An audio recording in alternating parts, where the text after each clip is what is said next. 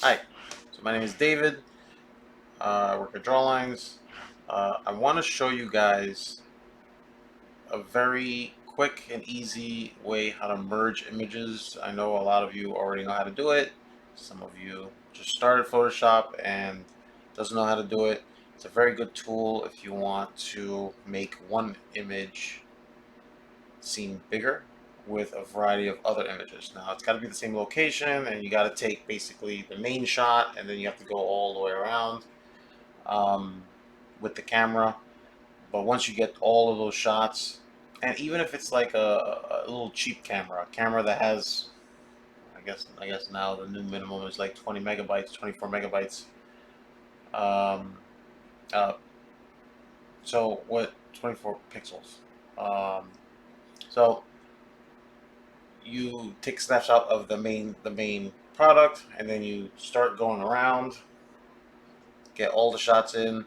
Once you're done, load up all the images. If you take a look here, we just finished doing a Sweet 16, and my thing is I love merging images and make this huge file, so that way when you print it out and you can put it up on your wall, it's crisp, like very sharp.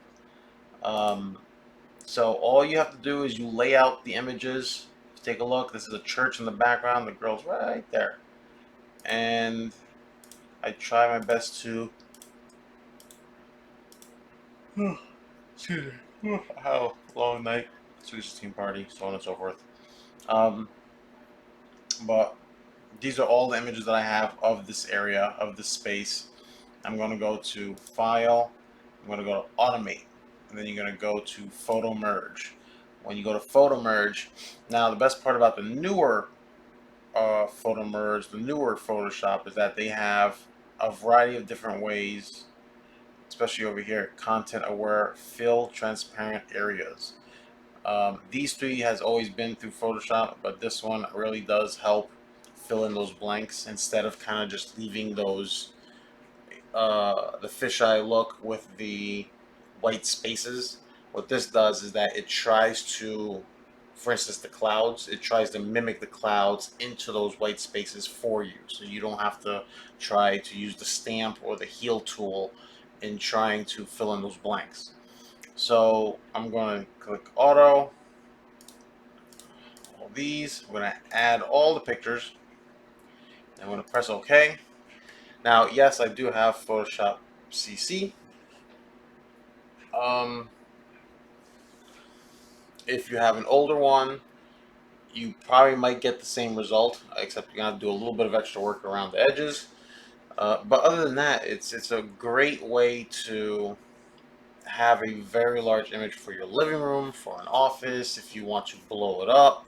If you have a really good camera, anyway, if you want to blow it up and have it cover the entire wall. Like, I don't know if you can see the background here, but I have a door here, but I have a nice little space where I could put a picture if I'd like. Now, if I was able to get a nice view of like New York City, or maybe if I go to Portugal or Texas, um, then we might be able to get a beautiful landscape view that I can take snapshots of and then put them together and then put them in the background. All right. So we're gonna let this process for a minute. Sorry, I was at the gym, so my shoulders are all blah.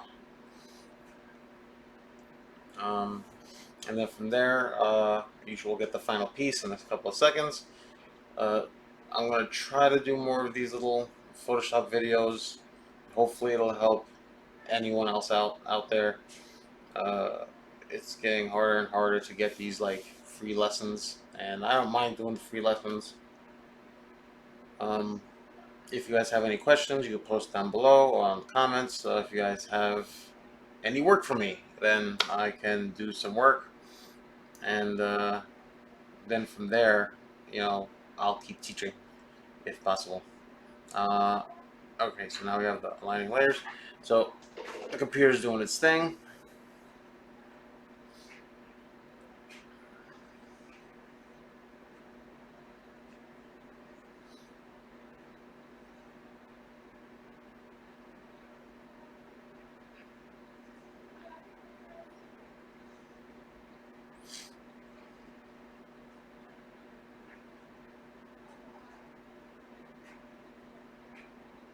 So it's starting to blend everything. Starting to fill in those gaps. And we have, voila. So if you take a look, before I click on anything, I just want to show you. You see these little lines here, which is indicating that it tried its best to give you a nice, what's it called, fish eye look. So you see right here how everything's in the middle. Sorry. Okay, so now there are little mistakes, and it happens. Whenever you're dealing with people, you'll get a variety of these mistakes. Now, should you be concerned about it? Not really. Right here, you can take a look. You see the house here, and then you see a copy of that house. Remember, you clicked on, for those of you who has Photoshop CC, you clicked on that last one. So the computer tried to fill in these gaps, and that's exactly what they tried to do, which I have to admit did a really good job. Right here, they did a really good job. Right here, they did a really good job. Here, down here is a little, oh right, it's not bad. Okay, right here it looks like it kind of screwed up. Okay, right here I can probably bring the crop tool all the way down here and save just a little bit of this house. Okay, now the whole, like I said before, the whole purpose of this is trying to make it as big as possible. So now that I see what they did with the clouds, or my computer did the clouds, I'm going to crop, and now I'm going to crop. See, this got a little wavy and stuff. I want to save this. I'm going to leave this as it is. It's not that big of a deal. But I am going to crop. See how you got a second camera? I'm going to stop by that second camera. Right there. Move this in. Leave it just like that. And it's, see, you can't put it over here because it looks like what the computer tried to do was take the image and then flip it over. So you want to try to see that, those bricks right there. So you want to try to cut those off right here. And this is perfectly fine. You don't even need these steps right here because I want to crop that off. Like that. The most important thing is the girl in the middle, that cross on top. Okay? Press enter. This is it. Here's the final piece. Okay, now if the client wants me to go a little further, and try to make it into a wide, because I technically only wanted to get the doors.